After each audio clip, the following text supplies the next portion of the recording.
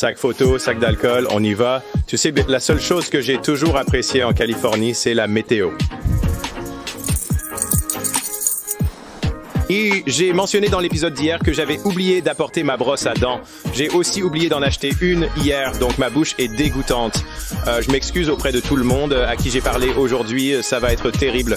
J'ai une réunion à 9 h ce matin, donc je n'aurai pas le temps d'en prendre une avant ça, espérons après ça. Apparemment, cet endroit offre un petit déjeuner gratuit. Je m'attends à un bagel rassis, mais voyons ce que nous pouvons trouver. Des pommes de terre. Finalement, c'était correct. Il devrait améliorer les chambres plutôt que le petit déjeuner, vu le McDonald's à proximité. Mais je suis agréablement surpris. Je file à la réunion.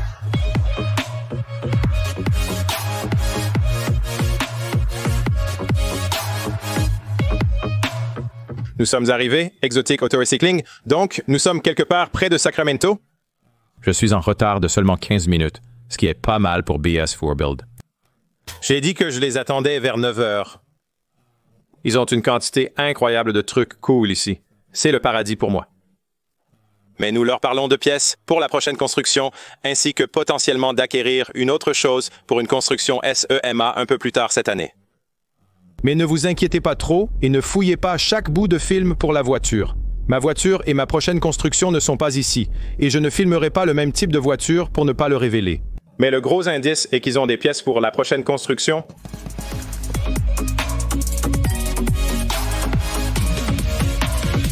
J'adore voir ces actes de vandalisme quand on voit simplement que quelqu'un a vraiment saccagé l'intérieur. J'adore voir ça, je ne sais pas pourquoi, juste savoir la rage qu'un mec a énervé sa femme.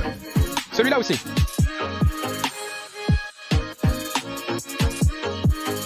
Vous pourriez reconnaître, ceci, c'est la voiture de TJ Hunt ici en réparation. Je ne veux pas trop divulguer trop de la bonté, mais c'est vraiment une réparation de très bonne qualité et ça avance très bien. Donc TJ devrait être content, ça ne peut pas me le permettre, TJ a mentionné que ce système turbo a explosé à cause d'un mauvais régulateur de pression de carburant qui a causé un très mauvais incendie, des moments difficiles, mais heureusement, tout le monde est sorti. C'est le paradis des objectifs absolus.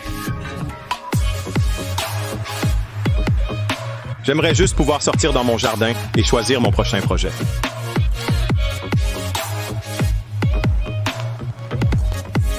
Ce n'est que du tube carré, pourquoi cela serait?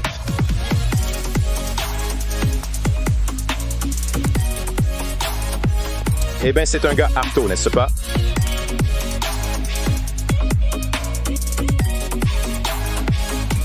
D'accord. Eh bien, c'était un voyage coûteux. J'ai acheté pour 5 000 $ de pièces et je n'ai toujours pas toutes les pièces dont nous avons besoin. Je pense que je dois dépenser encore 10 000 $ en pièces. Donc oui, c'est une construction coûteuse, les gars, et je crois que nous avons trouvé notre construction SEMA. Je suis très, très excité. Je ne veux pas chaque année aimer poursuivre le dragon et essayer d'épater les gens à SEMA, mais je l'expliquerai lorsque nous dévoilerons la prochaine construction. Il y a juste quelque chose que j'ai toujours voulu construire et j'ai effleuré l'idée de le faire tant de fois et je ne l'ai jamais vraiment fait. Donc je pense que cela va se produire et ce qu'ils ont là-bas est jusqu'à présent ce que j'ai vu le meilleur candidat mélangé à ce qu'ils font ici avec le recyclage automobile. Donc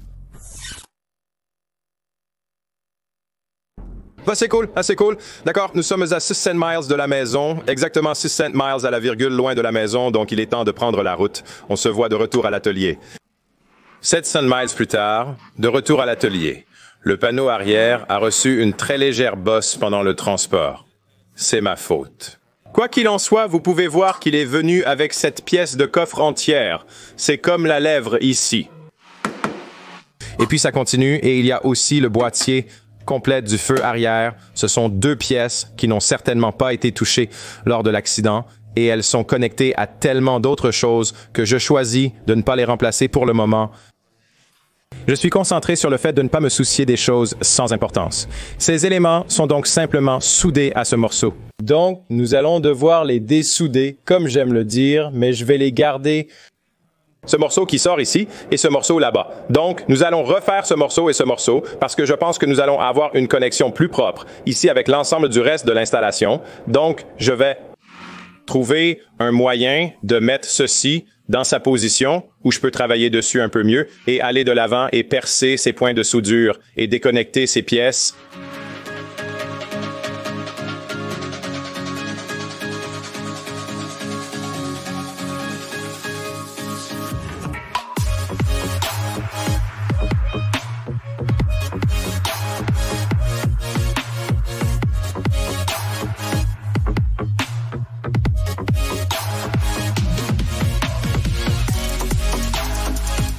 Le panneau latéral a été réduit, comme vous pouvez le constater. Nous avons finalement fini par remplacer ou enlever cette pièce parce qu'il semblait qu'une fois que je suis entré ici et que c'était à moi de couper tout ça. Il semblait probable que cela allait faire plus de mal que de bien, car il est très difficile d'introduire un outil de coupe dans cette chose ici, car cela descend et chevauche réellement de plusieurs pouces et des choses comme ça. J'allais devoir détruire beaucoup de choses. Alors ce que j'ai fait à la place, c'est que j'ai tout testé. Je me suis assuré que tout s'alignait, ici et ici, où nous le voulons, et tout s'aligne correctement, et ensuite j'ai pris la décision de retirer cette partie. Nous l'avons toujours en cas de besoin, mais pour l'instant, cela ne semble pas nécessaire. La prochaine chose que nous devons faire est de modifier un peu notre passage de roue do-it-yourself et de plier ce métal vers le bas. Les discussions sur ce passage de roue sont nombreuses. Certains pensent que cela n'a pas d'importance, tandis que d'autres ont un avis différent. Certains de l'autre camp affirment que c'est extrêmement dangereux. C'est ce qu'on appelle un mini-tube, une pratique courante sur les voitures depuis longtemps. Je peux vous dire que la partie principale de la structure de la voiture, et c'est plus de ce truc qui monte ici, qui descend ici, et puis à l'intérieur, parce que votre rail de châssis est juste ici, il va dans la carrosserie monocoque et tourne autour ici, le travail principal que fait cette pièce de métal. D'usine 5, c'est une seule pièce, qui va d'ici tout autour jusqu'ici. Et elle est enroulée, n'est-ce pas? Elle descend là où la nôtre sort plus ou moins droit, elle descend un peu ici. C'est une pièce de métal très très mince, et les modifications que nous avons apportées changeront essentiellement la science des accidents derrière cette voiture. Si vous la remplacez par un métal trop épais, il empêchera les autres pièces de se froisser au bon moment.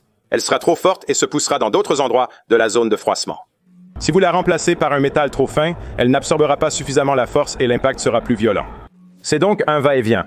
Mais je dirais que lorsque vous êtes frappé dans cette zone, la grande majorité du temps, beaucoup de dégâts vont à la roue et aux composants de la suspension. Parce que vous devez penser que c'est la chose qui dépasse le plus, etc., etc. Non pas que cela fasse une différence, mais le point le plus important est que c'est ma voiture. Ce n'est pas une voiture qui est à vendre. Ce n'est pas une voiture que je prévois de vendre un jour. Et ce n'est pas le genre de chose qui affectera les gens de l'extérieur. Comme si vous faisiez comme la suspension de Jimmy Reagan et comme le soudage des bras de commande et des choses qui pourraient se casser ou quoi que ce soit. Cela pourrait être dangereux pour les autres sur la route, car votre voiture pourrait perdre le contrôle. Ceci, pas tellement. C'est donc personnel. Le morceau de métal courbé coûtait 400 $ chez mon concessionnaire Nissan local quand j'ai évalué le prix. J'ai reçu un lien vers 85 $ sur eBay. Je me suis dit, pourquoi pas? À 85 $ plus environ 60 $ de frais de port, je vais l'acheter pour essayer de rendre les gens heureux, même si c'est une cause vaine, car on ne peut jamais satisfaire tout le monde. J'ai acheté le produit, mais le vendeur a mal géré l'expédition et il n'arrivera pas avant le mois prochain, malheureusement. Donc, juste pour le plaisir de finir la construction éventuellement, je vais aller de l'avant et continuer. Et ouais, c'est ce que c'est. Oui, j'aurais pu passer plus de temps et le faire avec une roue anglaise et le faire en une seule pièce, mais je ne suis pas dans l'affaire de passer beaucoup de temps sur des choses qui vraiment ne comptent pas pour moi. Les débats se poursuivront éternellement pour déterminer si cela compte ou non. Donc, quoi qu'il en soit, nous allons avancer. Nous allons rouler un peu ce bord de lèvre. Je pourrais facilement le couper, mais je veux le rouler pour avoir plus de matière à souder. Mon panneau de quart sur mon passage de roue pour l'aider à rester étanche et rester attaché. Donc, nous allons le rouler un peu et continuer à ajuster notre panneau de quart jusqu'à ce que chaque joint et chaque partie s'ajuste vraiment bien et serré.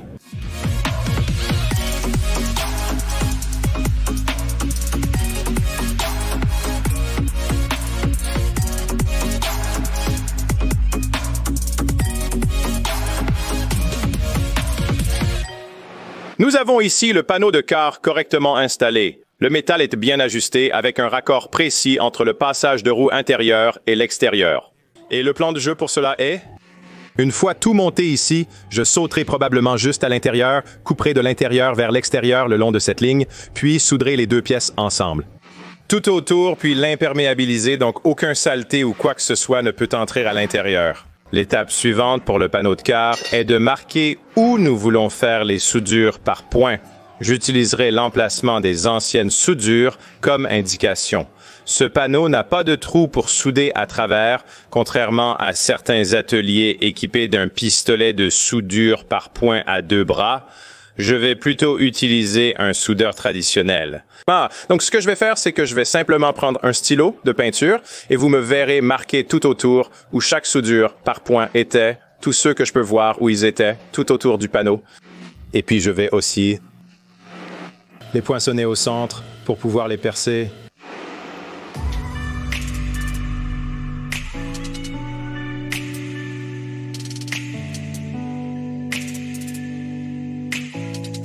Tout est marqué et poinçonné au centre. Il est temps de percer soigneusement le tout hors du panneau.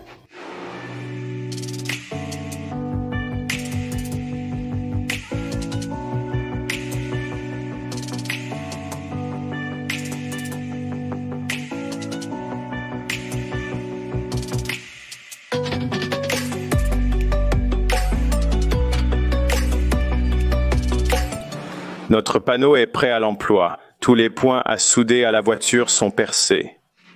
L'étape suivante est de préparer la surface de la voiture en enlevant la couche supplémentaire de soudure par point. Donc, lorsque nous avons percé la soudure par point, le panneau d'origine est resté ici, c'est pourquoi il est tout blanc. Pour cela, nous allons utiliser le bon vieux disque à lamelles. On peut en trouver chez Arbor Freight, et ils vont sur le... Quel que soit le nom donné à cet outil rotatif, je l'appelle une roue de coupe, bien que ce ne soit pas le terme correct. Je pense que c'est le meilleur outil pour obtenir une belle surface propre sur cela. Et ensuite, après avoir fait cela, vous devez vous rappeler d'utiliser un apprêt à souder au zinc, car vous devez vous assurer que c'est tout du métal apprêté, mais aussi vous allez le souder. À travers l'apprêt pour nettoyer tout cela une fois que c'est fait.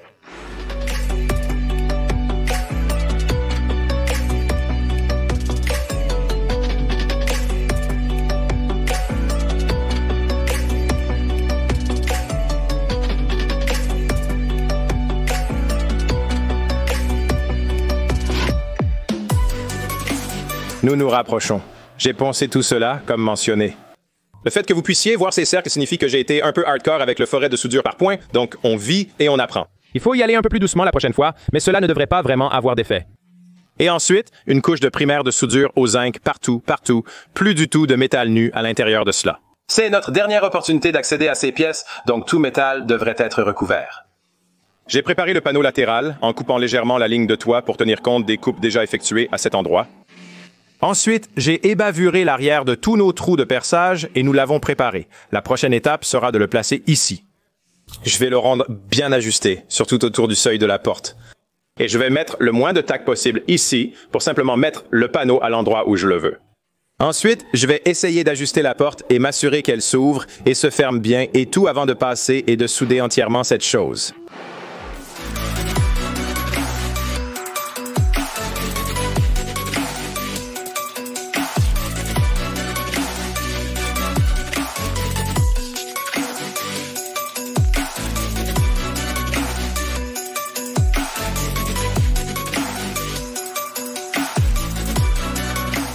D'accord, nous avons fait quelques soudures, comme nous en avons une ici, et une ici, et une ici, pendant que nous montons, et nous avons ajusté la porte. La porte s'ajuste parfaitement, je peux donc avancer et la souder entièrement en toute confiance.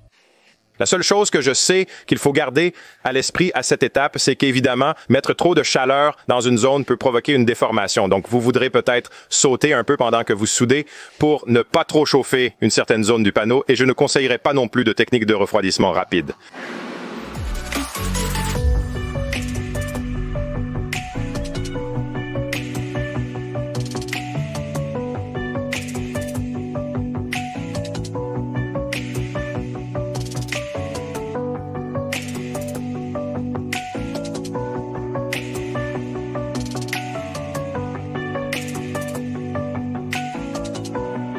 Je ne sais pas si vous pouvez me voir paniquer un peu, mais quelque part dans cette plage intermédiaire ici, pendant la soudure, il doit avoir touché une sorte de mousse ou quelque chose en dessous et a mis le feu à la voiture de l'intérieur.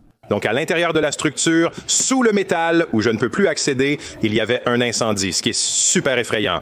L'une de mes plus grandes craintes lorsque je soude sur ce type de voiture est de la voir prendre feu de l'intérieur. N'oubliez pas d'avoir des extincteurs partout. Il y en a beaucoup ici. Nous en gardons 4 autour pour que vous ne brûliez pas aussi votre atelier. Mais ouais, des trucs effrayants. Un peu de panique. Mais maintenant, il suffit de travailler sur cette section arrière. Tout sera bien scellé, rien ne pourra prendre feu. Je le sais car je l'ai construit.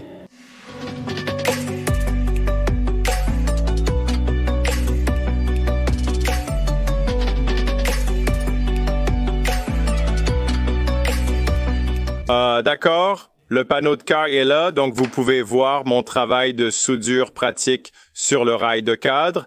Et autour, sur le toit en bas, ici, un peu sur le toit ici et sur le côté arrière ici. Donc, nous avons besoin d'un peu de ponçage probablement pour enlever certains des points hauts. N'importe lequel de ceux qui sont un peu trop hauts, c'est définitivement beaucoup mieux avec le fil protégé par gaz plutôt que le noyau de flux. Mais cela peut être fait avec le noyau de flux. Il suffit de faire un peu plus de nettoyage de ponçage.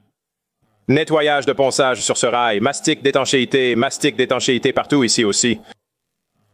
Et pour les autres pièces, je n'ai pas de mastic d'étanchéité. Les parties supérieures et inférieures sont aussi mastissées, contrairement au joint pincé. Il reçoit juste ce joint en caoutchouc par-dessus, mais c'est un ajustement bien serré. Vous pouvez voir l'alignement des trous pour le corps, comme ils sont parfaitement centrés là-bas. C'est un bon signe qu'il est aligné là où il est censé être. Je suis donc très content. Fini les drames de couloir. Nous avons un panneau latéral sur la voiture. Ensuite, il ne reste plus que la peinture et l'assemblage final. C'est une journée amusante à l'atelier, hier aussi lors d'un voyage sur la route. Les choses vont bien. Obtenir le panneau de car correctement ajusté était une étape importante. Je suis très content de cela. Merci d'avoir regardé. N'oubliez pas de liker et de vous abonner. Je l'apprécierai. À la prochaine!